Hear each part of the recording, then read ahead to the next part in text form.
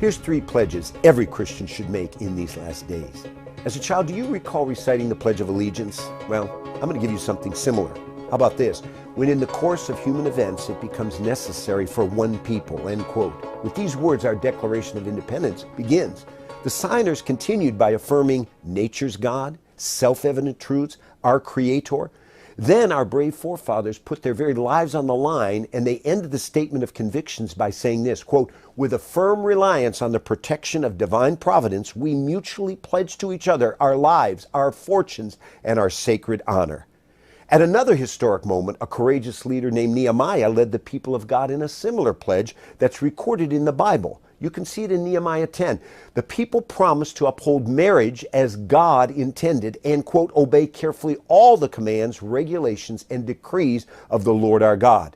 Today, the time has come at a similar defining moment to follow these examples and collectively express our convictions so we're not going to waver in difficult days ahead.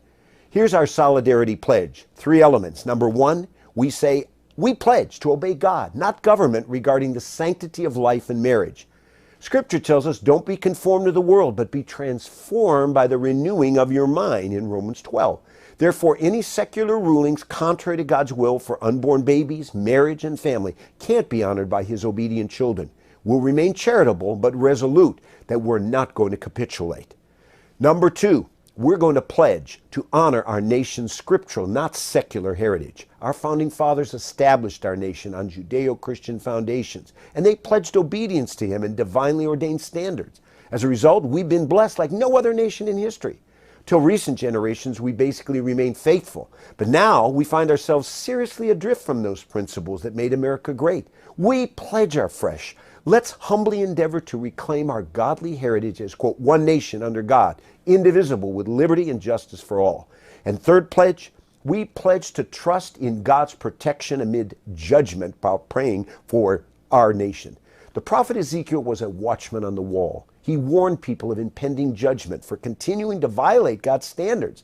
Child sacrifice, disregarding divine standards for marriage and family, brought discipline intended to turn them back to God.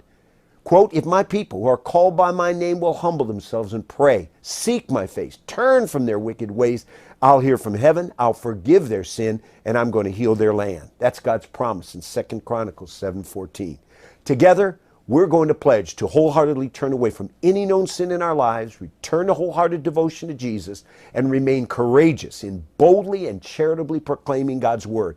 We'll also promise to give ourselves to evangelizing the lost as we believe for another great awakening like we've experienced twice in our nation's history. Like our forefathers, we encourage each other and we declare together, quote, with a firm reliance on the protection of divine providence, we mutually pledge to each other our lives, our fortunes, and our sacred honor.